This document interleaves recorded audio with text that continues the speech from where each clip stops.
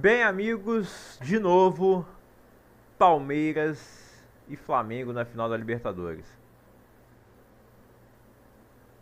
Acabou a brincadeira, acabou o meme. O Brasil tem 25 Libertadores igual a Argentina.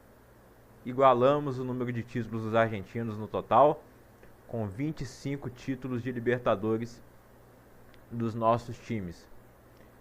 E temos 12 campeões. Os 12 grandes do Brasil têm títulos. E teremos nesse ano o primeiro tetracampeão brasileiro da história da Libertadores, que será ou Palmeiras ou Flamengo. Nós vamos descobrir no dia 29. Mas antes vamos ver o que eles fizeram para chegar até a final. Uma semifinal bem complicada e tensa para as duas equipes, especialmente para o Palmeiras, que teve que reverter um placar de 3-0 sofrido fora de casa, enquanto o Flamengo, que jogou o primeiro jogo em casa e venceu por 1-0, teve que segurar a onda lá na Argentina contra o Racing, com um jogador a menos, mas segurou e passou. Foi 0-0 no jogo da volta. O Gonzalo Plata foi expulso de novo, como ele foi expulso contra o Estudiantes nas quartas de final, lá no jogo da ida no Maracanã.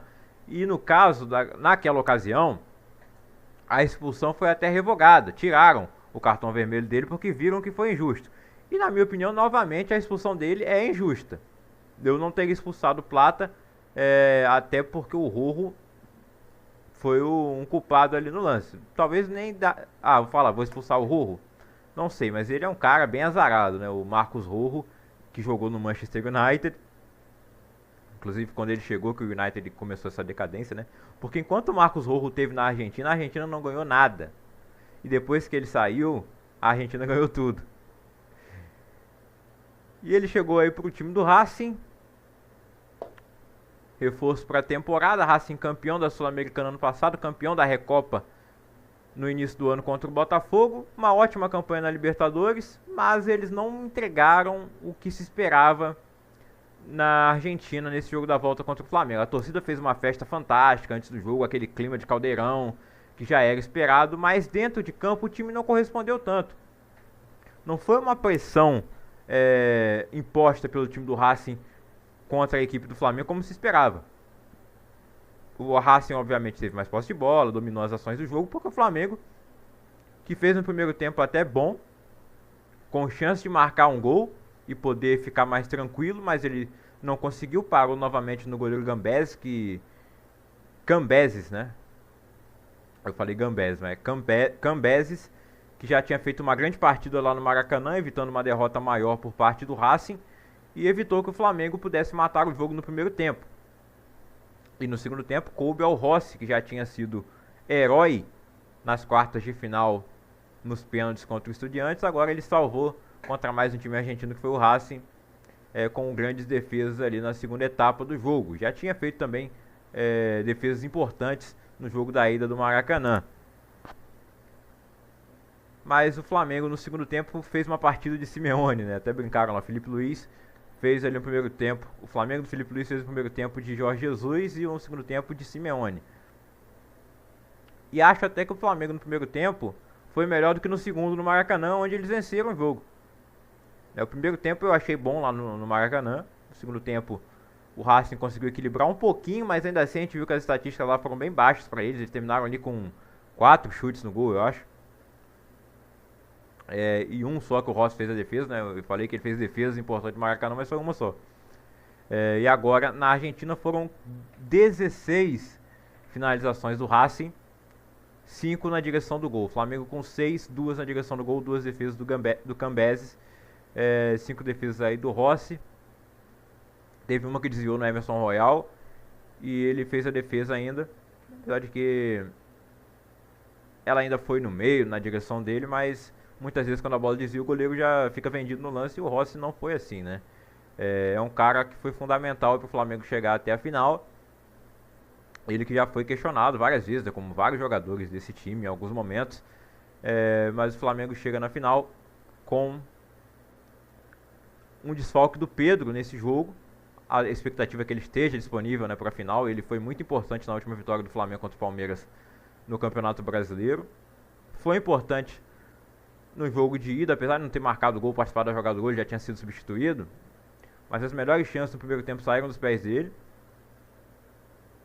E depois daquele problema lá entre ele, Felipe Luiz, o Boto, virou uma chavinha e ele tá jogando muito. Tava jogando muito. O elenco do Flamengo é o melhor da América do Sul. Isso não há questionamento, né? Você tem ali o Carrascal, que até outro dia era reserva, agora tá jogando grande futebol, virou titular, pelo menos nesse momento. A temporada do Arrascaeta é fenomenal, acho que ele tem tudo para ganhar o prêmio de Rei da América. Vi muita gente falando que o Rossi agora entra na briga também, mas eu acho que entre ele e o Arrascaeta não tem discussão. Talvez o Rossi tenha sido mais decisivo na Libertadores, mas na minha opinião o prêmio Rei da América tem que englobar toda a temporada. E o Arrascaeta foi importante na Libertadores e está sendo muito importante no Campeonato Brasileiro. É o artilheiro e líder de assistência do Brasileirão. E acho que é o artilheiro do Flamengo na Libertadores também. Claro que o Palmeiras também vai ter seus candidatos, né? Quem for campeão provavelmente vai ter o Rei da América no seu elenco. Mas é isso, o Racing de Gustavo Costas eliminado. Uma boa campanha depois de muitos anos voltando a uma semifinal de Libertadores. Acredito que vai vir forte novamente no ano que vem. Mas ainda assim, acho que não forte o suficiente para acabar com a dinastia brasileira, que por um momento eu achei que fosse ser quebrada agora. Com a vitória da LDU por 3-0 na ida e essa vitória magra do Flamengo no primeiro jogo, eu achei que realmente pudesse acontecer uma final entre Racing e LDU. Eu até disse que torceria por isso, para não termos um tetracampeão ainda, mas não aconteceu. E na final, pra gente que gosta de futebol e quer ver um grande jogo, a melhor final possível era Flamengo e Palmeiras, não era Racing e LDU, né? E pro futebol brasileiro também isso é muito grande. Claro que nós que torcemos para outros times, eu torço pro Vasco, e agora obviamente vou torcer pro Palmeiras nessa final, ainda assim eu preferia ver, mesmo que o Vasco tenha aí essa história de amizade com o Palmeiras,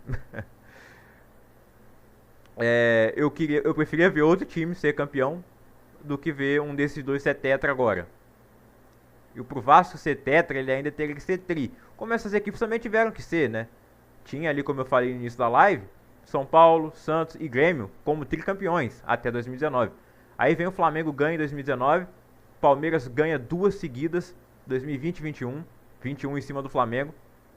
E já as duas com o Abel Ferreira, né? Enquanto o Flamengo tem as passagens ali do Jorge Jesus em 2019, ganhando a primeira. Aí ele sai, 2020 o Flamengo vai mal com o Rogério Ceni na Libertadores, cai inclusive para o Racing. Foi eliminado pelo Racing naquele ano nas oitavas de final.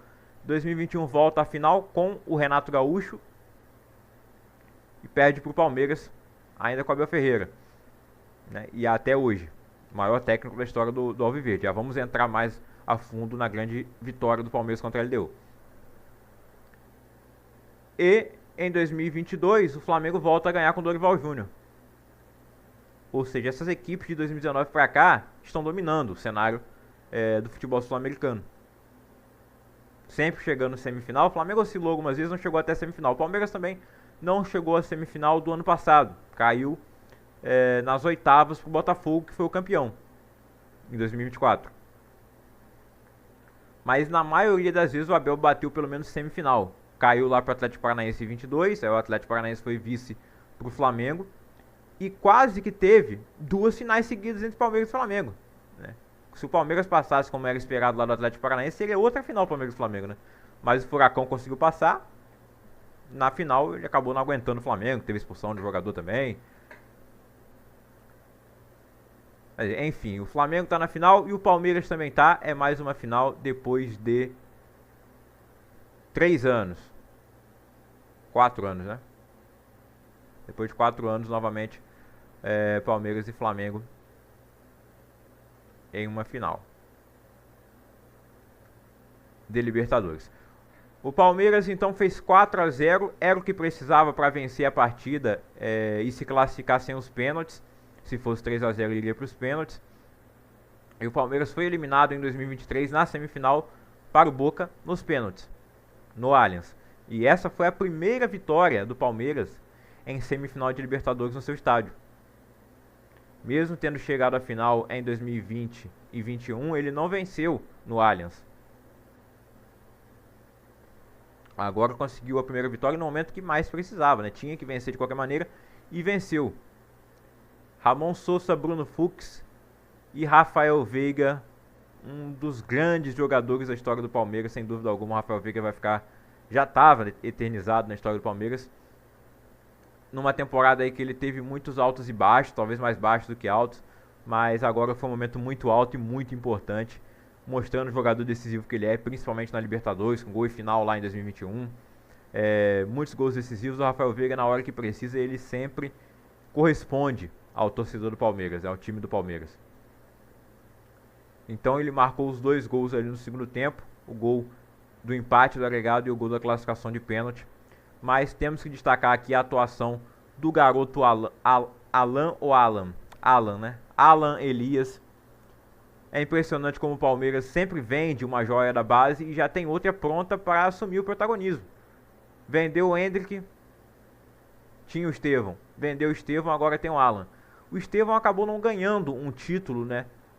Pelo menos não na mesma proporção do Hendrick. Porque eu não lembro se o Estevão chegou a jogar aquele campeonato lá de 2023, que o Hendrick foi o protagonista. Em 2024 o Estevão é protagonista, é o craque do Brasileirão, mas o Palmeiras não ganha o Brasileirão, só ganha o estadual naquele ano. E agora em 2025, não dá pra dizer que o Alan teve um protagonismo como o Hendrick ou o Estevão tiveram. Mas ele pode estar tendo a partir de agora. Ele virou titular nos últimos jogos e foi um dos melhores em campo. No final o prêmio foi pro Rafael Veiga, que na verdade na Conmebol o prêmio não é pro melhor em campo, sim pro herói da partida, que sem dúvida foi o Veiga, né? Entrou e resolveu, mas um dos heróis é o Alan Elias, que sai substituído na segunda etapa e muito aplaudido porque jogou demais realmente, né? Assistência pro gol do Sousa, jogada pro primeiro gol do Veiga. O Vitor Roque tá vivendo um ótimo momento, não marcou nesse jogo. Teve um lance, inclusive, que ele saiu. Poderia ter passado a bola pro Alan. Chutou, o zagueiro travou bem. O zagueiro da LDU. E poderia ter resolvido o jogo ali no primeiro tempo, não, talvez um 3-0. Mas o Palmeiras conseguiu e está na final de novo.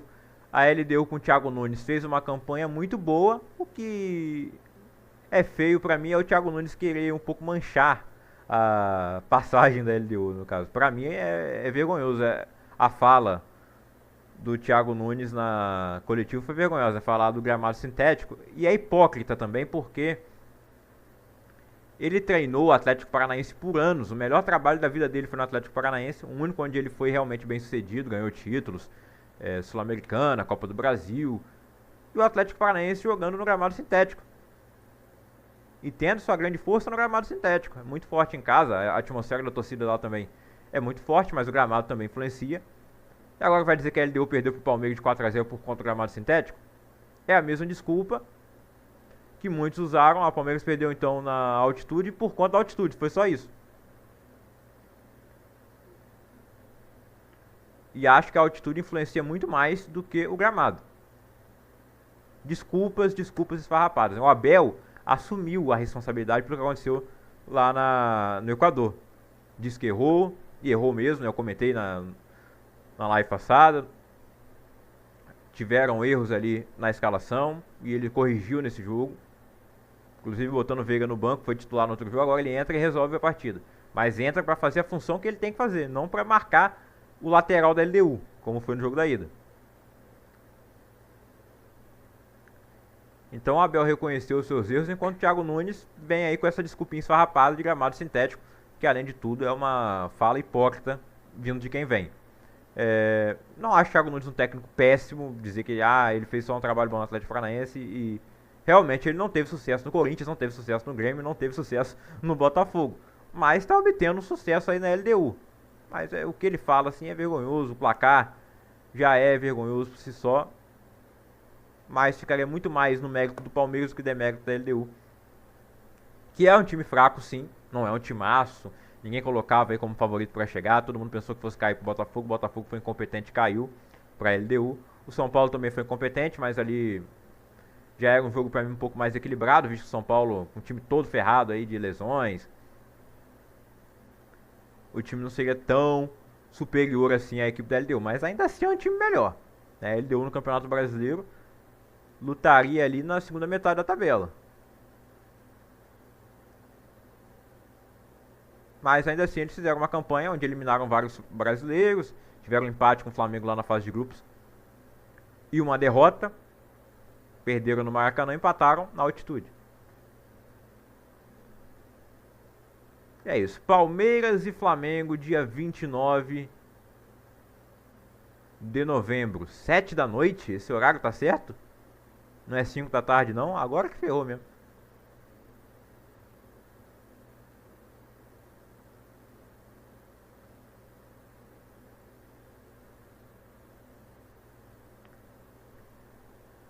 E só para finalizar aí, né, a questão da final poder vir para o Brasil. A final está marcada para Lima, a Conmebol não pretende trocar, mesmo com tudo que está acontecendo lá no Peru, uma situação um pouco instável. Não sei se chega ao nível do Rio de Janeiro nessa última semana, né? Mas a situação lá no Peru também não está fácil. E já houveram rumores ali de uma possível troca. O presidente da CBF, Sami Chaldi, disse que se as equipes brasileiras quisessem, a CBF faria um esforço para trazer a final para o Brasil, que Brasília e Belém já teriam se oferecido para sediar a final, mas a Conmebol quer que a final aconteça em Lima de qualquer maneira. Eu acho que o ideal seria acontecer em Brasília, ou até em Minas Gerais, que até então não se ofereceu, mas seria o local ali mais próximo de São Paulo e do Rio, mais acessível para todo mundo, para os times, para as torcidas principalmente, né?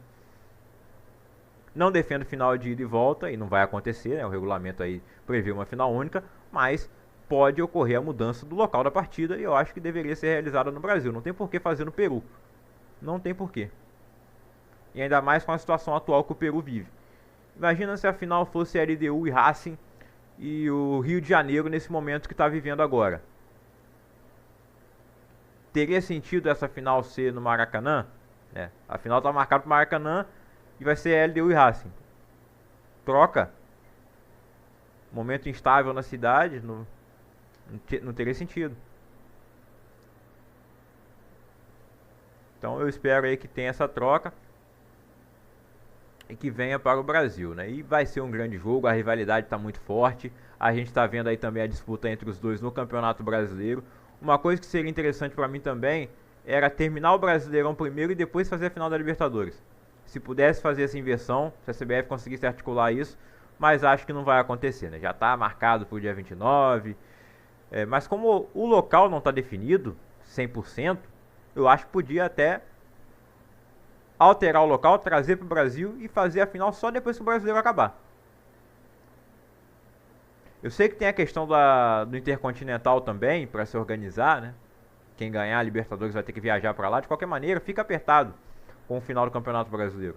Então, por que tem que ganhar a Libertadores e viajar direto? Praticamente foi o que o Botafogo fez ano passado. Ganhou a Libertadores, aí faltavam 2 jogos pro Brasileirão. Dessa vez vai faltar um pouco mais, ou não? O Brasileirão tá marcado para terminar no dia 7 de dezembro. E tem a desgraça de um jogo. E tem um jogo adiado, marcado para o dia 17 de dezembro. Não entendi o porquê, né? Da 37ª rodada. Não faz o menor sentido, mas isso é futebol brasileiro.